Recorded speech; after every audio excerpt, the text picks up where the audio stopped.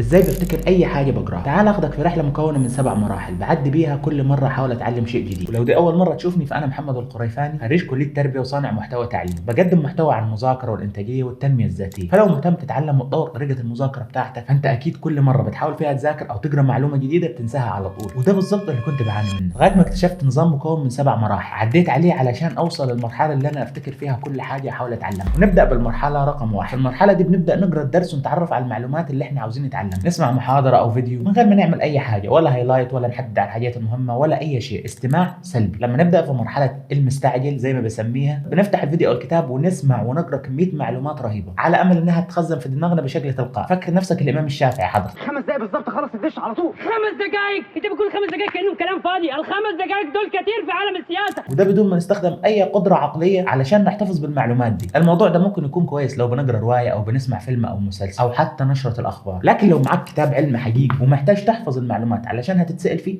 فالطريقه دي افشل طريقه ممكن تتبعها. ده لانك هتنسى كل اللي قريته بعد فتره مؤقته، وده حسب ابحاث الذاكره في حاجه اسمها منحنى النسيان، وده بيقول ان احتفاظنا بالمعلومه بيقل مع مرور الوقت، وبيقول ان كل المعلومات بتتلاشى من الدماغ لو ما لقيناش طريقه للتفاعل مع المعلومه دي. وده اللي هدخلنا في المرحله الثانيه، المخطط. هنا بقى انت وبتذاكر بتبتدي تخطط على النقاط المهمه، بتحط هايلايت ودوائر. انت بتقرا ايوه، ولكن بتحدد النقاط المهمه، لكن برضه مش بتفتكر اي حاجه. في دراسات وبحوث كتير جدا اكدت ان الموضوع ده ماليش اي تاثير على الذاكره، وبالعكس بتلاقي كتب مليانه تخطيط واصحابهم ما يعرفوش اي معلومه من المعلومات اللي خططوها، ومفيش اي سبب يقول لك افتح الكتاب وراجع عليه. وده بالظبط كنت بعمله في اولى ثانوي بعد ما شفت اصحاب الاوائل بيعملوه في ثالثه اعداد. مسكت كل الكتب وابتديت بقى احدد واشخبط واعمل دوائر ملهاش اي 30 لازمه، وضيعت وقت كتير في المرحله دي لغايه ما انتقلت للمرحله رقم 3، المراجع. في المرحله دي بقى قررت ان انا اعمل نظام للمراجعه. انا حددت نقاط في الكتاب، ولكن امتى هراجع على المعلومه؟ ده كله بسبب فيديو شفته عن الاسترجاع النشط، ودي تقنيه بتقول لنا ان لازم نسترجع المعلومات علشان ما تتنسيش، ودي تقنيه مشهوره جدا من تقنيات الحفظ. لكن المشكله الحقيقيه هي في الوقت. انا اصلا مش ملاحق اذاكر الجديد، هروح اذاكر القديم، ده غير ان اصلا ما حدش بيفكرك ان انت تراجع، ودي تعتبر احد اكبر المشكلات اللي بيعاني منها الطلبه. وعشان كده لازم تعمل خطه مناسبه ليك انت، خطه مش ثابته تتغير وتتطور مع الوقت بما يناسب التطور اللي في حياتك. الفتره دي اول الدراسه، الفتره دي في نص السنه، الفتره دي معايا امتحانات. وعشان كده انا خليت محاضره كامله في سيستم الطالب الاول عن ازاي كل طالب يخطط للخطه بتاعته بنفسه، نظام عملي صارم بيخليك تعمل خطه نموذجيه لنفسك وتقدر تغيرها مع الوقت. المراجعه اللي كنت بعملها لنفسي بسيطه وسهله وسريعه، وده عن طريق 3 حاجات. اول حاجه اسال نفسي انا ايه اتعلمت من الدرس ده، وايه المعلومات اللي دخلت في دماغي، ايه اصعب جزء انا ما قدرتش افهمه، وايه اصعب جزء انا مش قادر احفظه. الطريقه دي بجبر ذاكرتي انها تسترجع المعلومه. لما طبقت الطريقه دي على الدروس الجديده اللي كنت باخدها فرقت معايا جدا، وعرفتني ايه الحاجات المهمه اللي المفروض اركز عليها اثناء المراجعه. بعد ما خلصنا المراجعه ندخل على المرحله رقم 4، وهي المدرس. انت بتعمل كل حاجه في المراحل السابقه، بتقرا الكتاب،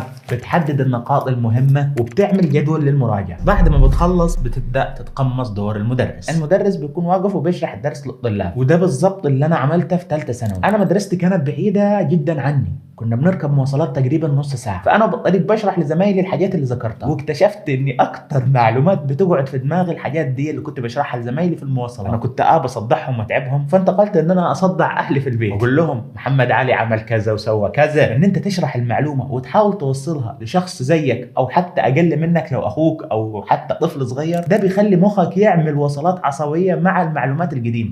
انت بتربط بامثله وقصص وحاجات موجوده في حياتك، والعقل مش بيفتكر المعلومات المحشوه، لا بيفتكر القصه والمشاعر والمكان. فانت كده بالفعل عملت قصه جديده للمعلومات عن طريق شرحك ليها. ودي برضو احد تقنيات الفهم اللي بتزود فهمك جدا، وعملها عالم فيزيائي مشهور جدا اسمه فينيمان. ودي برضو من ضمن تقنيات كتيره انا عاملها في سيستم الطالب الاول للحفظ والفهم والتركيز والالتزام والانضباط. لو استخدمت التقنيه دي هتعرف تراجع الدرس بسهوله جدا، وكمان هتعرف نقاط الضعف اللي عندك، ايه الحاجات اللي انت مش فاهمها كويس، لان كل ما زاد فهمك للمعلومه كل ما بقي شرحك افضل ليها، وكل ما بقي شرحك افضل كل ما بقيت ثابته في دماغك. المعلومات دي تعتبر جزء بسيط من المعلومات الموجوده في سيستم الطالب الاول، سيستم متكامل هتدخل بعقليه وهتخرج بعقليه مختلفه تماما. فلو حابب تبقى جزء من النظام شوف اول تعليق. النقطه الذهبيه بقى في المرحله رقم 5، ودي الممتحن. بالصدفه كنت بسمع فيلم جعلتني مجرما لاحمد حلمي، ففي جمله بيقولها كل نفسك قبل ما حد تاني يجي وياكل. كل نفسك قبل ما حد ياكل.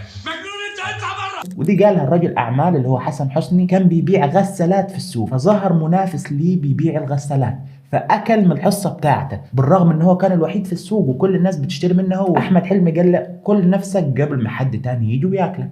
يعني ايه؟ يعني انت اعمل نوع جديد من الغسالات ونزل السوق، فهتاكل من الحصه بتاعتك ومن حصه المنافس ليك، وكده انت استفدت بشريحه اكبر لو كنت نزلت نفس الغساله عندك انت. طب ايه علاقه ده بالمذاكره؟ شوف يا صاحبي ببساطه امتحن نفسك قبل ما حد تاني يجي ويمتحنك. في ثالثه ثانوي حليت ملخص كامل من الامتحانات، واقسم لك اني رحت الامتحان حاطط رجلي على رجل وقفلت الامتحان وجبت فيه 60 من 60 بدون ذرة قلق أو شك في أي معلومة أنا كتبت. ومن هنا بدأت قوة المرحلة دي بالنسبة لي. حتى لما رحت الجامعة بقيت ما ذاكرش أصلا، أجيب الامتحانات بتاعة الدكتور السنين اللي فاتت وأدخل ألاقيها في الامتحانات، وفي النهاية درجاتي كانت جيد جدا بدون مذاكرة طول السنة ولا قلق ولا توتر. فعلشان تحفظ أي حاجة امتحن نفسك، حط أسئلة متوقعة تيجي، هتلاقيها بعد كل درس، هتلاقيها في نماذج الوزارة، هتلاقيها في امتحانات الدكتور السابقة. اتصرف وجيب أسئلة على المنهج. مراجعة سريعة على ال5 مراحل. المرحلة الأولى العادي ان انت تقرا كل شيء او تسمع الحاجه بدون اي تفاعل. المرحله رقم 2 المخطط، وهو اللي بيخطط على الحاجات المهمه فقط. رقم 3 المراجع، وده عنده نظام متكامل يراجع في كل نقطه بالتحديد امتى وفين وازاي. رقم 4 المدرس، وده اللي بيبتدي يشرح المعلومات لاصحابه او اهله او الاطفال او لنفسه او في فيديوهات عاديه وبيربطها بقصص ومشاعر واماكن. ورقم 5 الممتحن، وده اللي بيختبر نفسه قبل ما الناس بتختبره وبيتوقع اسئله الامتحان قبل ما تجيله. ولو رجع بيا الزمن وعرفت المراحل دي من بدري مستواي الدراسي كان هيختلف 180 درجه، وكان زماني ما دخلتش كليه تربيه، لا كنت دخلت كليه افضل او حتى دخلت منحه بره مصر. فلو عاوز تطور من نفسك انصحك ان انت على الاقل تكون في مرحله رقم 3، مش محتاجه مجهود، مجرد تنظيم لوقتك. لكن لو عاوز تتفوق لازم تدخل في المرحله رقم 4 و5. ولو فعلا عاوز تعرف لو رجع بيا الزمن وبقيت طالب مره ثانيه كنت هعمل ايه،